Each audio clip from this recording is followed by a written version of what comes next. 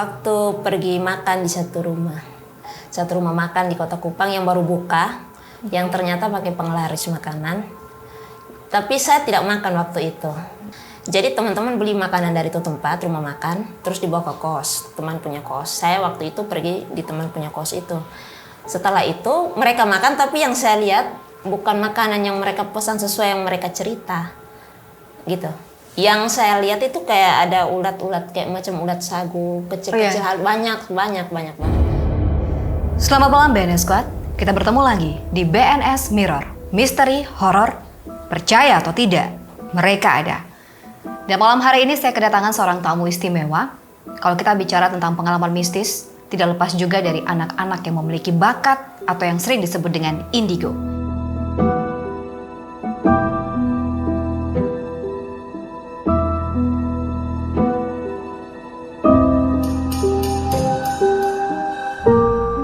Ada beberapa kategori indigo. Salah satunya adalah indigo premonition.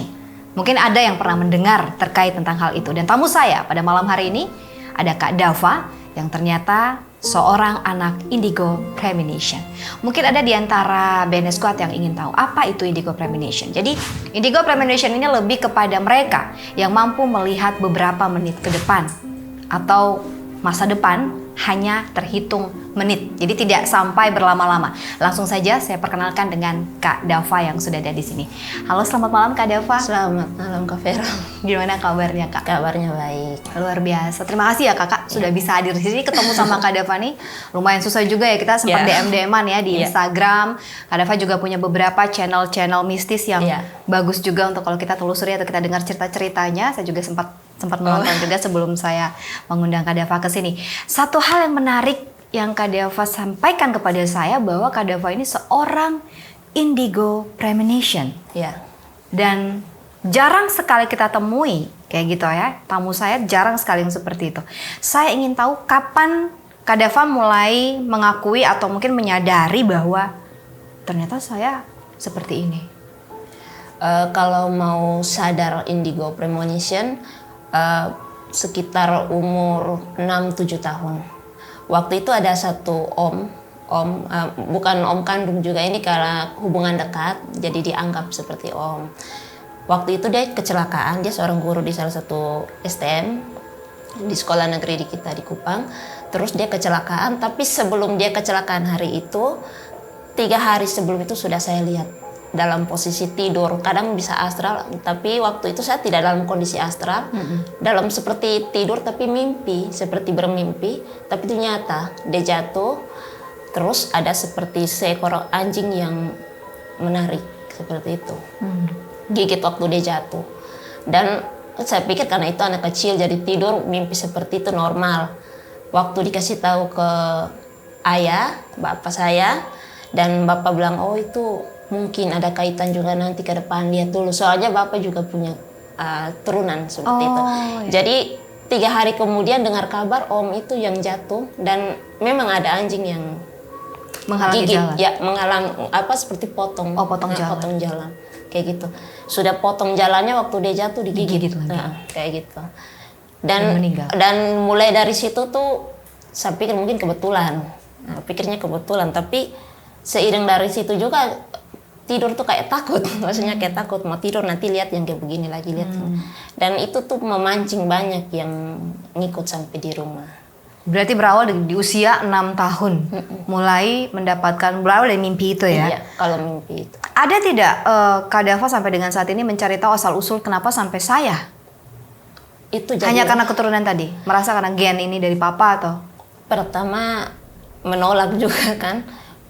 Cari tahu ini kenapa sampai mimpi pasti jadi nyata seperti ini. Kalau apalagi paling susah kalau sudah mulai kayak ada mau bencana kayak gitu, bencana alam. Mungkin Kak Fer mungkin lihat di saya punya chat itu banyak bencana alam atau mungkin ada perang besar gitu. Itu biasanya dapat potongan gambar waktu tidur tuh seperti saya menonton di televisi kayak gitu. Saya seperti berdiri terus kejadian kayak di depan. Nah, tidak bisa menghindar. Paling ya saya habis bangun gambar kayak gitu, disalurkan ke gambar seperti itu supaya jangan terfokus di otak dan jadi beban kayak gitu. Oh, Kak Dava juga seperti itu ya, dikasih visionnya itu bencana umum ya? Tidak hanya ke spesifik keluarga atau teman, Umum tidak. ya? Bisa umum. Makanya kadang-kadang saya kontak sama teman-teman indigo juga dari luar, dan itu mereka bilang coba disalur ke sketsa book atau buku diary untuk keluarkan, karena kalau kita mau cerita ke awam agak susah. Karena kan belum tentu juga mereka mempercayai, kecuali kita yang sesama yang memahami ya, kan seperti itu. Berarti Kak Dava ada sketchbooknya juga ya? Ada di rumah. Ada banyak dong ya berarti dari dulu kan sampai sekarang ya? Ada. Terus itu disampaikan tidak kejadian-kejadian itu? Paling ya dalam keluarga, atau kayak contoh Seroja kemarin itu sebelum Seroja sudah dikasih tahu. Saya kasih tahu ke keluarga, tolong siap bahan makan, tolong siap obat-obatan. Nanti di rumah tolong dipaku gentengnya, memang dikuatin kayak gitu.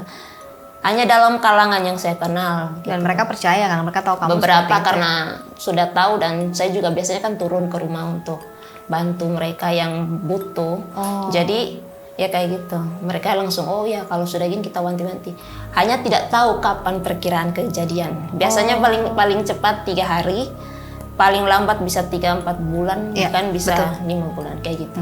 Benar-benar prediksinya. Kalau bicara hubungannya dengan dunia mistis, ya kan tadi sepertinya katanya Dava bahwa ketika Dava mulai mengetahui, sejak saat itu mulai banyak makhluk astral juga yang mengikuti. Bagaimana itu? Seperti apa? Dan rupa-rupanya bagaimana yang mengikuti? Yang pertama itu karena saya masih kecil 6-7 tahun, itu ada satu SD di belakang rumah saya, SD negeri juga. Itu halamannya agak lumayan luas untuk anak-anak main bola. Ada satu pohon asam besar di belakang dan satu kolam bak air kayak gitu, tapi besar ukurnya. Nah, itu biasa ada satu oma yang duduk di situ. Tapi herannya kalau kita bermain sampai jam 6 sore dia duduk sama-sama dengan kita. Tapi kalau misalnya sudah mulai azan, itu dia kayak ngusir kita suruh pulang. Tapi dia sendiri duduk di situ. Dia duduk di situ, gitu. Jadi satu kali sedang bermain sama teman-teman, itu saya baru lihat pertama kali dia punya perawakan asli. Dia tidak seperti yang dia tampak nenek-nenek yang normal pada umumnya. Dia kayak pakai baju kebaya atau apa tuh sama kain lusuh, tapi aut-autan rambutnya. Kayak orang gila. Iya, kayak orang gila, tidak terurus. Kayak sapu yang tarik setengah mati. Dia punya muka terlalu jelek kakak. Ada kayak memar besar di sini, bagian sini. Oke. Tapi kayak kena siram air panas. Kayak mau melepuh turun tapi tidak jatuh. Ya. Tak gantung. Ya, kayak begitu. Okay. Itu pertama kali. Dan dia tahu bahwa saya bisa lihat dia. Itu yang saya heran. Dari sekian banyak kami ada di situ, dia tahu bahwa. Terus dia tuh kayak natap terus. Dan itu dia ikut sampai dalam rumah. Oh, dia ikut ya? Berkomunikasi dengan kamu? Awal-awalnya tidak, karena dia tahu karena bapak juga bisa aja dia mundur. Tapi langgar 3-4 hari itu dia datang lagi, tapi di bawah jendela. Dia kayak ketuk-ketuk jendela. Terus saya juga karena polos pergi buka pintu. Tapi orangnya tidak ada. Oh, saya pikir belum sempat. Oke. Langgar berapa hari lagi dia datang lagi. Hanya dia tidak sebutin nama. Hanya diajak untuk ke pohon yang biasa orang-anak bermain di situ. Iya. Oke. Gitu. Dan itu berlanjut, dia kayak ngundang yang lain datang. Oh begitu. Berapa banyak? Aduh, banyak terlalu banyak kakak. Karena dikasih tunjuk juga bahwa itu sekolah dulu juga pernah jadi kayak kubur umum. Oh, tempat pemakaman umum ya? Pernah dibawa ke zaman itu yang kubur itu. Kamu pernah dibawa secara astral ya? Sampai ke sana, baik. Nah, Beta penasaran dengan pengalaman mengerikan yang pernah terjadi. Entah itu ketika membantu orang. Nah, kalau bicara soal membantu orang nih, kamu lebih prefernya bantunya dalam konteks apa nih? Karena bisa juga healer kan. Oh, healer healing ya? Iya, bisa healer absorber. Itu yang paling sulit. Itu ada satu keluarga yang saya bantu, sudah 23 tahun, 24 tahun. Kena gangguan astral. Jadi satu rumahnya tuh di backup sama ilmu hitam kayak gitu. Jadi kalau kita yang turun ke rumah, biasanya di rumah itu saya bisa lihat aura kayak ada yang selimut tipis tapi hitam betul. Biasanya kalau mereka yang ini. Jadi waktu itu sebenarnya belum ada niat membantu karena untuk saya tidak semua orang kita bantu kan. Iya. Tapi karena sudah kasihan juga karena si suami ini pergi cek hampir berapa rumah sakit juga katanya tidak ada sakit. Tapi dia kayak mengeluh bagian jantung hati. Itu tuh sakit kayak orang tusuk-tusuk terus tiap malam. Pada satu kesempatan kita sedang latihan core, si istrinya ini datang terus minta tolong. Jadi biasanya kalau mau minta tolong tuh saya prefer dulu. Saya di rumah, saya healing dulu, saya bagaimana fisiknya, baru saya pergi. Dan setelah itu saya coba ke rumahnya, belum sampai rumahnya nih Kak, masih dalam proses, dalam jalan ini. Baru mau masuk cabang kebentur sama dimensinya itu. Kamu bisa Langsung oleng. Iya, bentul. Oleng benar. Tapi karena memang dari rumah niat untuk ke sana, niatnya dipaksa baik jebol. Ya, saya paksa jebol masuk ke dalam. Dan itu kayak kumpulan kayak sarang, sebenarnya sarang kuntilanak di dalam. Dan itu saya tahu bukan hanya satu dari yang tempat itu, tapi ada kiriman dari tetangga juga. Waduh, mereka berarti menjadi sasaran ya, keluarga ini ya. Dan lingkungan itu memang juga kurang menyenangkan. Ada yang pakai juga, ada beberapa. Dan mereka ini karena baru pindah juga, tapi dijadikan sasaran empuk karena sendiri yang rumah tingkat juga di situ. Gitu. Faktor iri ya? Iya. Terus waktu mau proses healing pun saya kasih jangka 1 minggu. Hari pertama saya pembersihan rumah. Itu ritual yang kamu lakukan ada? Sebenarnya tidak ada ritual juga, paling hanya kayak bahan-bahan sederhana yang saya biasa pakai kayak apa namanya nih, untuk kembang api ini Kakak, belerang. Biasanya itu pakai belerang, terus kayak lombok kering untuk pengasapan. Hanya itu 2 saja sebenarnya. Kenapa kamu memilih belerang dan lombok kering? Apa fungsinya? Kalau yang pertama, kalau belerang saya biasa perhatikan waktu Natal Kakak. Itu banyak. Saya rumah kayak saya senang tuh mau Natal terus karena kalau sebanyak kembang api banyak. Mereka nggak ada yang mau datang. Itu rumah kosong, maksudnya mereka tidak ada. Dan itu saya salah satu. Jadi saya punya bahan observasi. Ternyata mereka tidak terlalu menyukai karena baunya sangat tajam dan itu mengganggu mereka. Dan yang kedua lombok itu juga salah satu faktor, itu juga mereka tidak tahan kalau sudah gabung sama belerang itu 2 kali lipat. Dan kalau misalnya ada orang yang menggunakan ilmu hitam, mereka minta maaf mungkin bisa sampai muntah darah. Tidak bisa tahan kayak gitu. Tapi itu rumah tertentu baru saya buat gitu. Dan ilmu yang tertentu juga karena kan tidak ada semua tingkatannya kan. Iya. Kalau yang biasa saya paling media air. Kayak begitu. Kayak karena ini kan kalau Kota Kupang saya mulai kerasukan jarang, tapi ketempelan banyak. Iya, itu dibedakan. Jadi kalau misalnya ada yang ketempelan kayak begitu, kayak rumah yang saya pergi ini kan kebanyakan mereka singgah kayak macam ini, kemana-kemana pulang ke rumah ini. Dan biasa saya bersihkan hari pertama itu keluarganya. Rumah sama keluarga yang orang yang sakit tidak dulu. Biasanya tidak dulu saya pegang. Saya pegang dulu yang orang-orang dalam rumahnya. Iya, di istilahnya saya kunci mereka dulu, baru setelah itu orangnya. Gitu. Dan orangnya itu juga saya lihat dari segi kesehatan juga. Apakah pergi ke dokter, saya harus lihat dia punya cek dulu. Dia punya hasilnya bagaimana. Tidak langsung saya pergi dan pegang. Tidak. Oh ada keluarnya di sekitar ini. Ya kita cari sasaran yang sakit itu. Kayak gitu. Tapi yang waktu saya ini unik Kakak, yang saya pergi bantu dia, yang buat dia ini sebenarnya belakang rumahnya juga, tetangga belakang rumah sama satu di bagian depan gitu.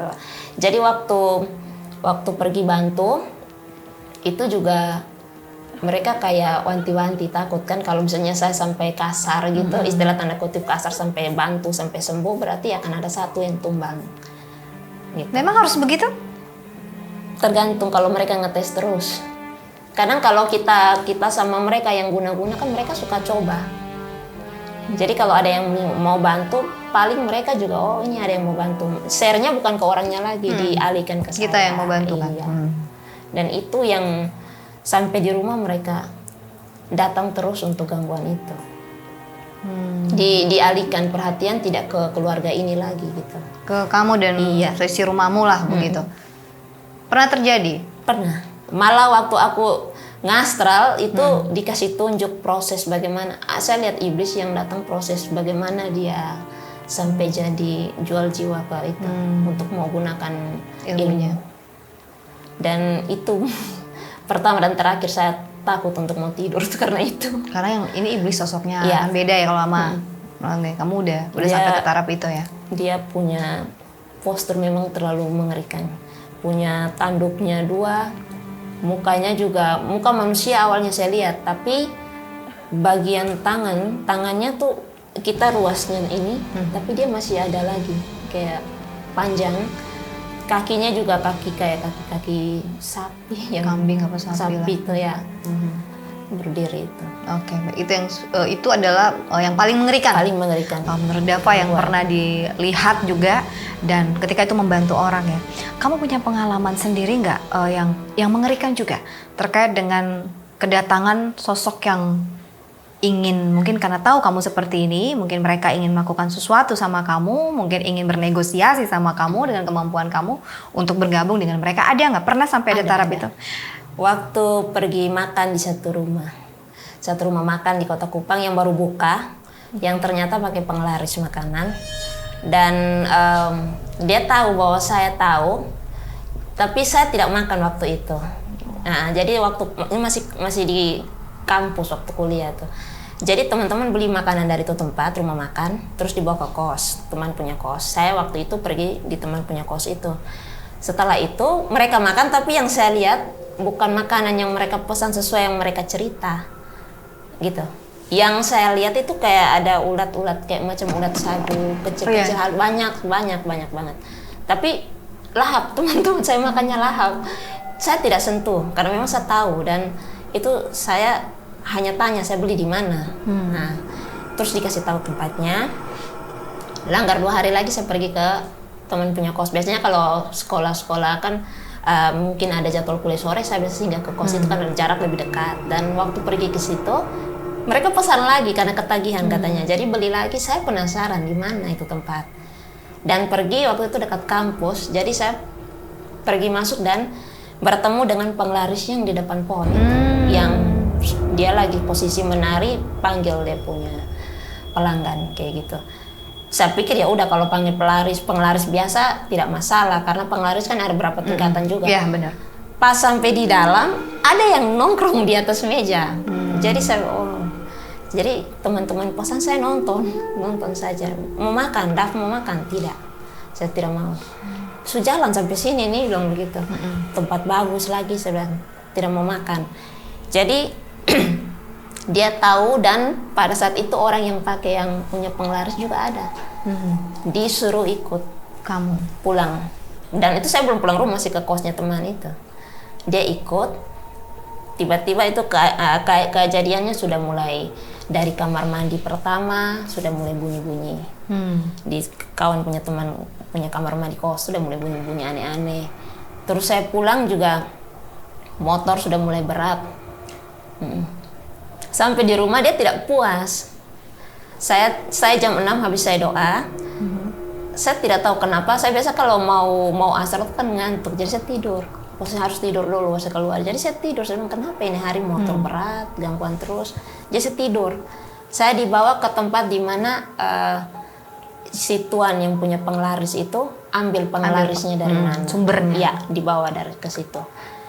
Dan itu satu oma-oma pakaian Jawa, rambutnya panjang, kalau dalam satu ruangan ini panjang kakak. Dia tutup apa? Saya punya teman punya kos rambutnya. Maka posisi kosnya ini menghadap matahari, tapi matahari tidak masuk cahaya, tapi kayak dingin saja lantai. Lembab. Karena rambutnya itu. Tanya dia punya rambut. Jadi dari situ dia bawa saya ke situ, dia nego dengan saya. Dia bilang, "Kamu mau tidak tutup mulut, tidak boleh kasih tahu kalau tempat makan ini ada penglaris. Tapi nanti saya bantu kamu." Nah, dikasih iming-iming waktu itu. Nanti saya bantu kamu. Ada dia tawar semacam biji apa? Kayak kristal kecil warna pink. Saya tahu itu apa? Permata ya. Dia ditawar itu. Ada istilahnya. Tapi waktu saya lihat itu batu kecil, kayak benturan sama dengan saya. benturan. Itu bentuk Gak sekali. cocok dong itu. Dan kayak tenaga tuh habis. Jadi saya bilang, aduh saya harus pulang kembali ke badan. Tidak boleh, nanti saya bisa nyasar, saya bilang gitu. Jadi yang jagain saya juga tidak mau saya terus dengan dia, diajak pulang. Waktu saya bangun, dia pakai rupa mama saya. Dia menghadap di jendela dengan mama saya, juga kaget langsung berdiri dan dia tempel di mama. Jadi mama duduk baku hadap seperti ini tapi nantang saya.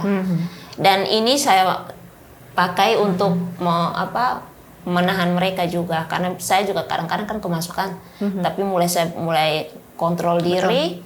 Dia tidak serang saya ke mama gitu. Jadi mama nantang saya dan ini langsung putus. Biasanya dia langsung satu kali langsung remah. Dan itu saya juga karena terbawa emosi, karena mood kita kan naik turun, jadi saya juga langsung emosi. Saya bilang, kau tunggu besok, saya bilang begitu. Jadi besok waktu ada sementara yudisium, dia nempel ke teman-teman kampus. Jadi rusuh sudah di luar. Kita di dalam, saya lagi seminar dengan teman-teman yudisium, dia rusuh di bawah. Dia nempel ke semua anak-anak. Dia nempel, dan anak-anak tuh banyak yang pingsan kayak begitu. Serupa. Terus setelah itu teman-teman belum ada yang tahu bahwa saya bisa bantu. Saya juga tidak mungkin lah kita mau kasih tahu. Jadi waktu itu saya ada dan teman satu laki-laki itu juga, dia juga dari tim doa lah, biasa ke tim doa. Jadi dia ikut dengan saya. Dia bilang, kakak, dia kayaknya share kakak. Jadi entah mungkin kakak masalah apa dengan dia, tapi dia kayaknya share kakak, dia bilang gitu. Saya bilang, ya sudah nah sebentar baru habis kegiatan dulu saja, sebelum gitu. Pas habis kegiatan dia lari, dia tidak mau ketemu saya, dia lari ke teman punya kos yang kemarin itu. Membelakangi saja rumahnya, rumah kos dengan itu yang punya rumah makan. Sampai di situ dia rasuk ke teman satu, teman ceweknya saya tuh. Dia masuk dan dia bilang, kenapa tidak mau terima saya punya tawaran? Kayak begitu, karena dia mau ikut, karena dia tahu bahwa saya banyak yang saya bantu untuk jalan mulus ke atas. Jadi dia juga mau seperti mau ikut, bebas dari dia yang punya pesugihan, tidak mau dibudak lagi. Dia mau ikut saya karena dia tahu bahwa saya bisa bantu banyak jiwa untuk ke atas gitu, jalan mulus kayak begitu. Tapi caranya salah gitu. Saya tidak suka karena dia terlalu memaksa dan ganggu, merugikan banyak orang kan. Iya. Jahat kan berarti. Dan itu sayanya tolak dia, tapi dia paksa untuk datang dan dia minta untuk berteman. Lalu? Tapi saya tidak terima. Jadi saya, karena yang ada banyak yang jaga, saya suruh mereka untuk membackup. Oh ya. Saya minta mereka untuk backup. Pas mereka membackup dia, 2 hari kemudian, saya tidak tahu, tapi dia punya muka seperti orang belah, kayak dipotong. Oke. Jadi terbuka begini. Ngangah. Iya. Entah itu saya punya teman-teman yang langsung backup dia seperti itu, atau memang ada yang lain yang tidak suka waktu dia masuk ke kampus. Iya betul, bisa jadi. Karena wilayah kan. Iya. Ada wilayah. Betul. Jadi besoknya saya pergi, mukanya sudah kayak ngangah begini. Dan itu lebih ngeri daripada yang saya ketemu pertama gitu. Dan dia masih tanya, kenapa tidak mau? Saya bilang saya tidak mau menerima orang-orang yang jiwa-jiwanya yang sesat begini. Saya itu udah iblis itu. Iya, saya tidak mau terima. Tapi dia karena masih memaksa, sudah saya bersihkan tempatnya. Akhirnya bersihkan ya, sudah. Mau tidak mau saya harus bersihkan. Usir dia toh ibaratnya begitu. Jadi dia lari, dan itu lucu kata, waktu dia mau datang, mau diusir, si tuan ini lagi sinden panggil dia. Sinden dia dari tempat sebelah, saya dari tempat kos. Otomatis dia akan datang ke saya karena dia lebih tertariknya ke saya. Jadi kami dua sinden, dia dari sebelah, saya dari sebelah. Nyanyi sinden Jawa. Waktu dia datang, saya minta tolong teman-teman, mungkin adik-adik yang tadi dengan saya. Itu mereka biasa bantu-bantu saya untuk tugas pelayanan. Jadi saya bilang, coba kamu tolong pergi di sebelah, bawa air ini, tolong siram, bersihkan. Itu pohon. Iya. Dan sampai saat itu dia langsung kabur entah kemana, dan tutup itu rumah makan. Tutup ya? Langsung tutup.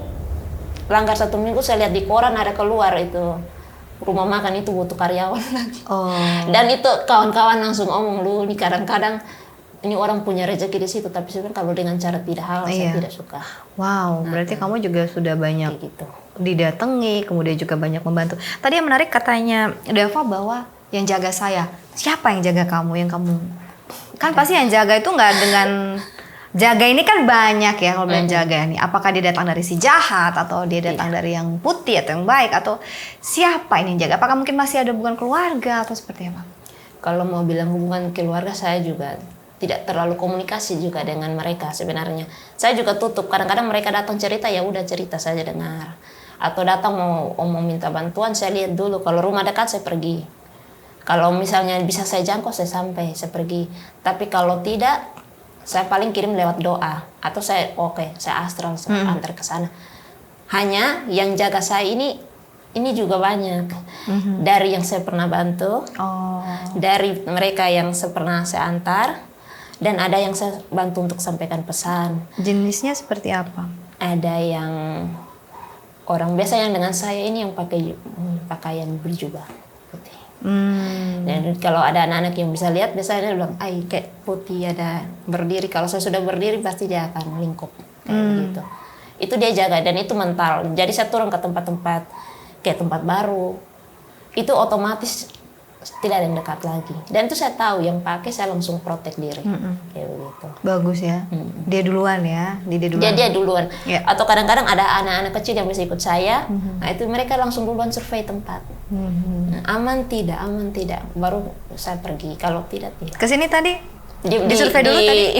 Kemarin waktu di chat sama Karani, saya sudah suruh anak-anak dulu. Oke. Pergi dulu lihat. Kalau bisa saya datang. Dan mereka bilang bisa. Kakak datang saja, tidak apa-apa. Luar biasa. Jadi sudah langsung disampaikan oleh Indigo bahwa BNS itu tempatnya aman ya. Nggak ada masalah. Siap kakak. Wah, nggak ada apa nih. Oke kak, boleh sampaikan kepada kami begitu ya. Bicara soal kemampuannya Kak Dava ini dengan apa yang Kak Dava lakukan selama ini, impact-nya buat Kak Dava apa sih? Kalau impact positifnya, saya bisa bantu banyak sekali jiwa-jiwa. Atau ada orang-orang yang memang betul-betul perlu dibantu, saya bantu. Memang Kak Dava hidup untuk itu? Dengan kemampuan ini Kak Dava ingin memang fokusnya untuk itu?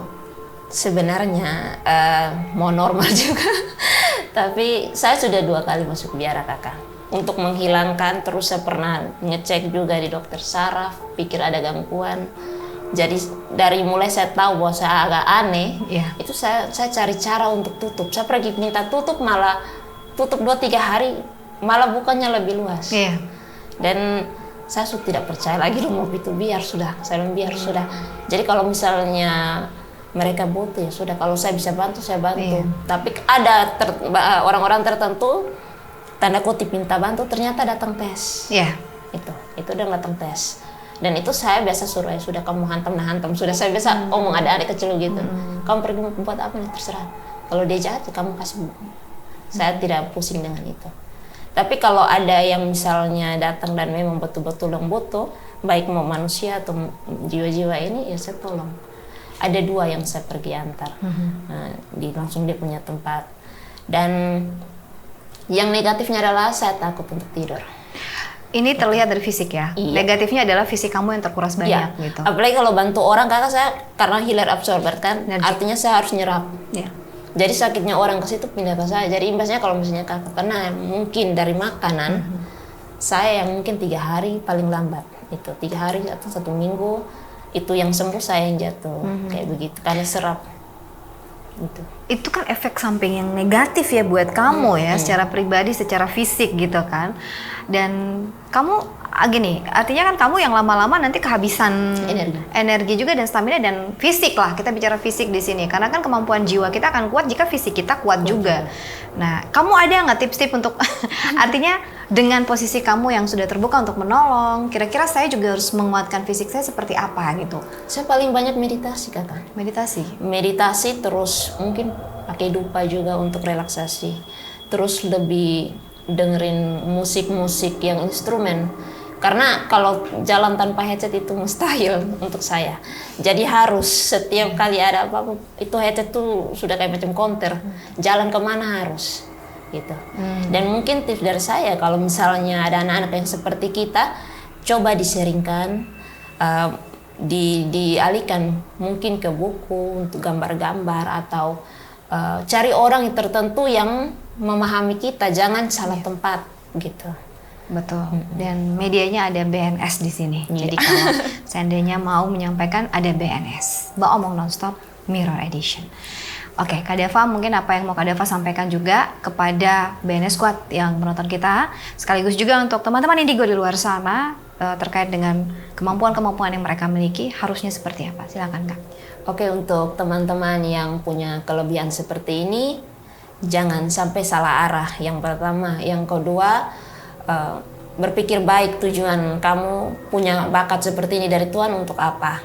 Yang ketiga, kalau misalnya mau membantu seseorang, kalian juga harus membackup diri lebih dulu. Dan untuk teman-teman di luar sana juga, untuk teman-teman awam maupun teman-teman Indigo, mau ke tempat-tempat misalnya rumah makan atau mau di mana saja, coba awali dengan doa, karena itu bisa membackup kita dari serangan-serangan jahat yang ada di lingkungan sekitar. Seperti itu. Luar biasa Kak Dava, ini bagus banget Kak Dava. Nanti jangan lelah-lelah diundang terus di BNS ya Kak Dava ya. Boleh. Bisa menemani saya nanti di Creepy Story mungkin ya. Iya.